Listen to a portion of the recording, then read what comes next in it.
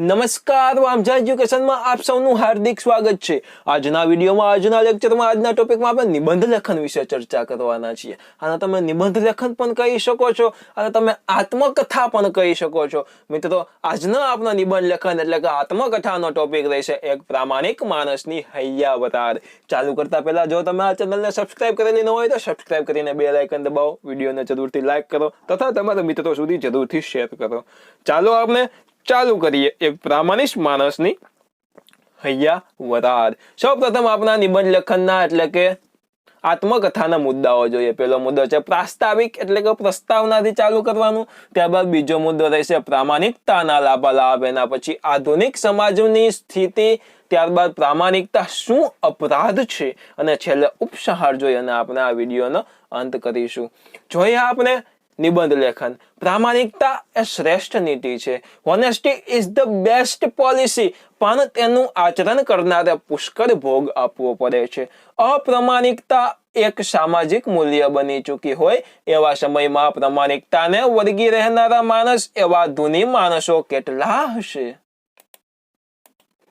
મને ઘણીવાર એવો પ્રશ્ન થાય છે કે પ્રામાણિકતાને વળગી રહેવાથી મને શું ફાયદો થયો? હું જ્યાં જ્યાં નજર કરું છું ત્યાં ત્યાં બધે અપ્રામાણિકતાની જ બોલબાલા છે।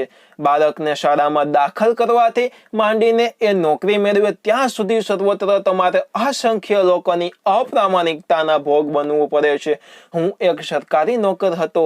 મારી કારકિર્દી દરમિયાન મેં પોતે એક પાયની પણ અપ્રામાણિકતા આચરી નથી, પણ મારી સાથેના બીજા કર્મચારીઓ છૂટથી અનીતિનો પૈસો લેતા હતા।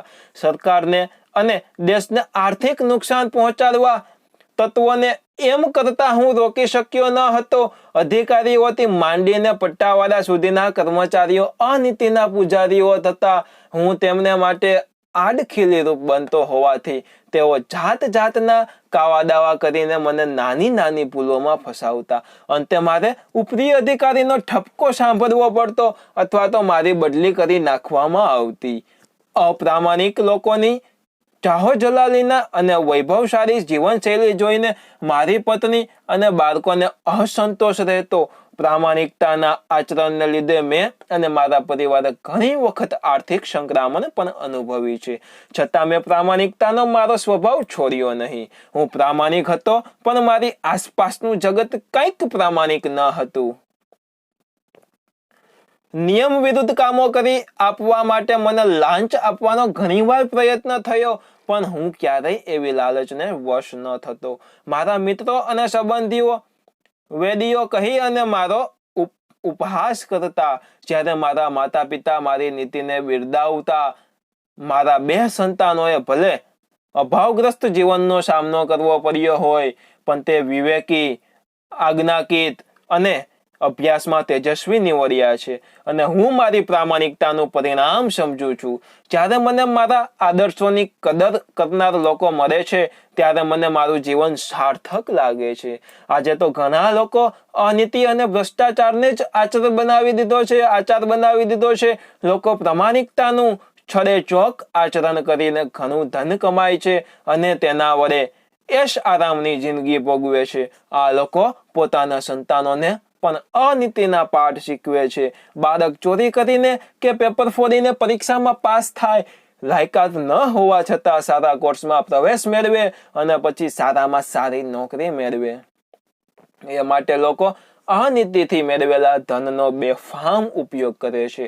ગેરલાયક માણસને લાગવગ અથવા તો પૈસાના જોરે મનગમતી નોકરી મેળવી લેતો જોઈ અને ઉચ્ચ ગુણવત્તા ધરાવતા બેકાર ઉમેદવારોને કેવી લાગણી થતી હશે? દેશની દુર્દશાનું મૂળ નાગરિકોની અપ્રામાણિકતા છે, તેમ છતાં ઘણા લોકોને પ્રામાણિકતાનો રસ્તો પસંદ નથી।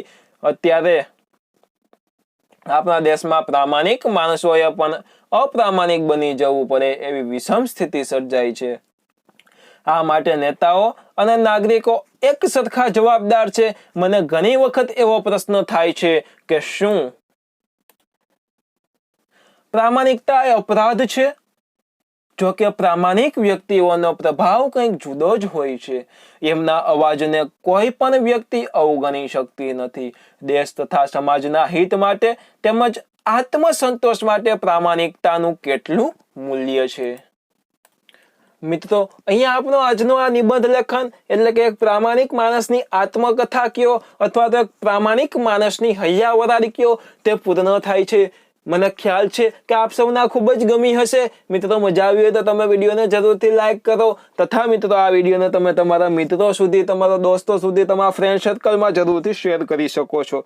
આ ચેનલને સબસ્ક્રાઇબ કરેલી ન હોય તો સબસ્ક્રાઇબ કરીને બેલ આઇકન દબાવો. કાંઈ પણ પ્રશ્ન હોય અથવા તો તમારે બીજા કોઈ પણ ટોપિક વિશે નિબંધ લેખન જોતા હોય તો કોમેન્ટ બોક્સમાં મને કોમેન્ટ કરીને જણાવી દો અથવા તો એ કહી દો કે આ વિડીયો કેવો લાગ્યો.